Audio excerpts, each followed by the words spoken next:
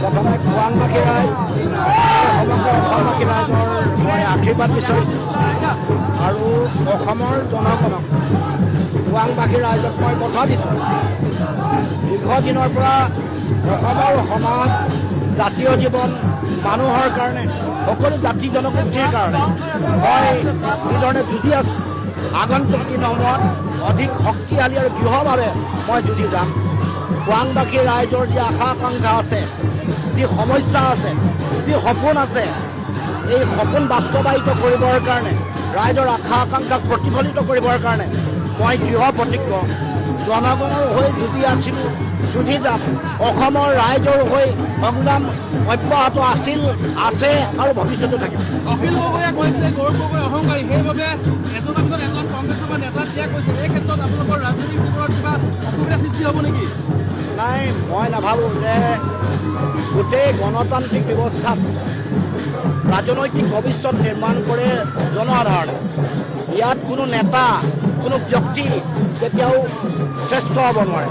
জনতাই ৰায় দিব জনগণে সিদ্ধান্ত দিব কোনোবাই ক'ৰবাত দল বাগৰিছে কোনোবাই দালালি কৰিছে কোনোবাই নিজৰ ব্যক্তি স্বাৰ্থ পূৰণ কৰিবৰ কাৰণে ইফাল সিফাল কৰিছে কিন্তু অসমৰ জনগণৰ সুৰক্ষিত ভৱিষ্যত অসমৰ জনগণৰ আশা আকাংক্ষা তেওঁলোকৰ সমস্যা সমাধানৰ বাট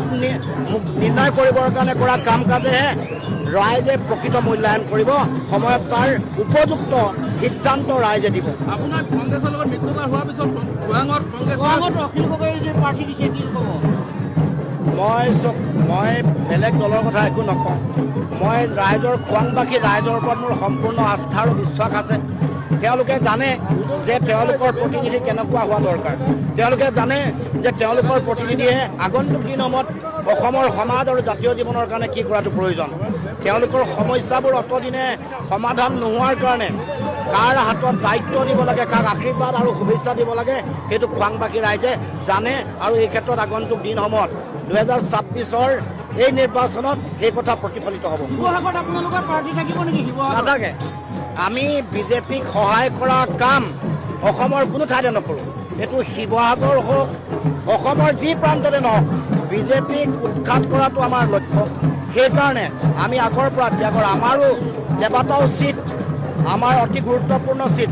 আমাৰ পৰা কাঢ়ি লৈ যোৱা হৈছে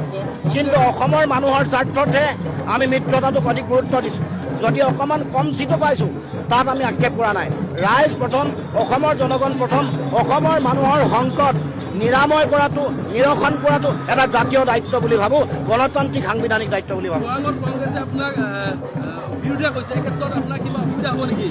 নাই চব মই নাভাবোঁ কাৰণ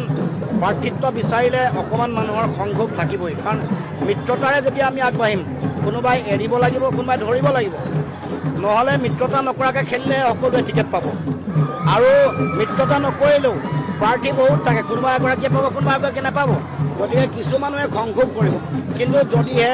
বিজেপিক পৰাভূত কৰাটো মূল লক্ষ্য হয় তেতিয়াহ'লে নিশ্চিতভাৱে তেওঁলোকে ঐক্যবদ্ধভাৱে যুঁজিবৰ কাৰণে আগবাঢ়ি আহিব